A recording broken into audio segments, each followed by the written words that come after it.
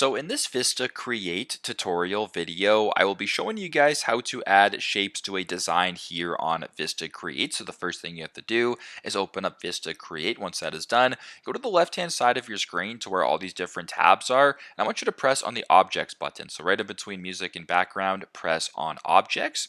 And a couple different options down, there actually is an option right here that says Shapes. Simply just press on Show More. And now when you're on the Shape screen, you can add whatever shapes you want to your design. So if you wanted to add a circle, you can add a circle. If you wanted to add maybe a square, you can add a square. You can add a triangle as well.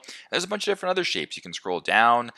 There's an octagon. There's other shapes. Whatever the case may be, all the shapes are right in front of you here on the left-hand side of your screen. And if you want to change the color of the shapes, it's fairly straightforward. Press on the shape, go to the top left to where it says Fill, and you can change the color to whatever you want. So if you want to make it the shape pink, you can make the shape pink, and you can sort of edit it that way. You can make it, as big or as small as you want just by doing this. You can play around with it, it's up to you.